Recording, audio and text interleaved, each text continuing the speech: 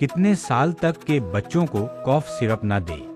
Hello parents, अभी हर जगह कफ syrups को लेके डिस्कशन चल रहा है। कोई डॉक्टर्स को जिम्मेदार कर रहा है, कोई सरकार को जिम्मेदार बना रहा है, कोई कंपनीज को जिम्मेदार बना रहा है। पर मैं आप लोगों को एक बात बताना चाहूँगा, 2 साल के हमें छोटे बच्चों को इवन 10 साल 5 साल तक कफ सिरप देने ही नहीं चाहिए। कफ हमारी बॉडी का एक प्रोटेक्टिव रिफ्लेक्स होता है। जब बच्चे को कोई वायरल फ्लू होता है, खांसी जुकाम होता है, तो कफ करके बच्चा अपना जो म्यूकस होता है उसको बाहर निकाल देता है और ऑटोमेटिकली 5 से 7 दिन में जो हमारा कफ कोल्ड है वो सेटल हो जाता है। पर पेरेंट्स इतना दिन वेट नहीं कर सकते, उनको चाहिए कि 1 या 2 दिन में रेस्पॉन्स आ जाए। And most of the time they ask कि डॉक्टर साहब कोई कफ सिरप जरूर लिख दीजिए।